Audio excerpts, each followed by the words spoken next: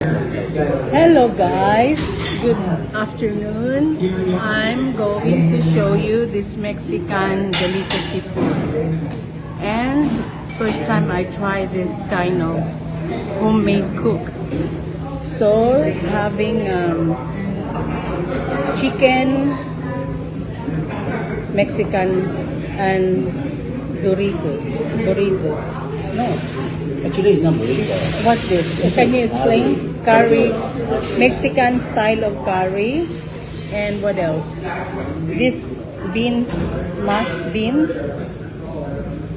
You blend the beans and Mexican rice. And how you call this one? Tortillas. Tortillas. So that's the Mexican food, and Canadian Caesar salad. We make Canadian Caesar salad. And we have chocolate dessert. So that's our lunch for today.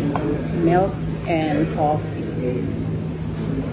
So guys, hope you're gonna try this Mexican food that I haven't tried this style, the curry Mexican.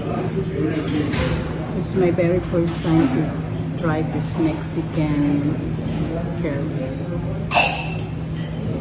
Okay guys, bye for now.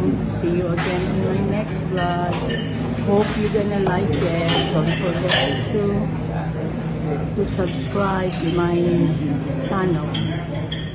Don't forget, so that next more video, you can see more of my videos and learning about food and the life in Canada. So nice of you.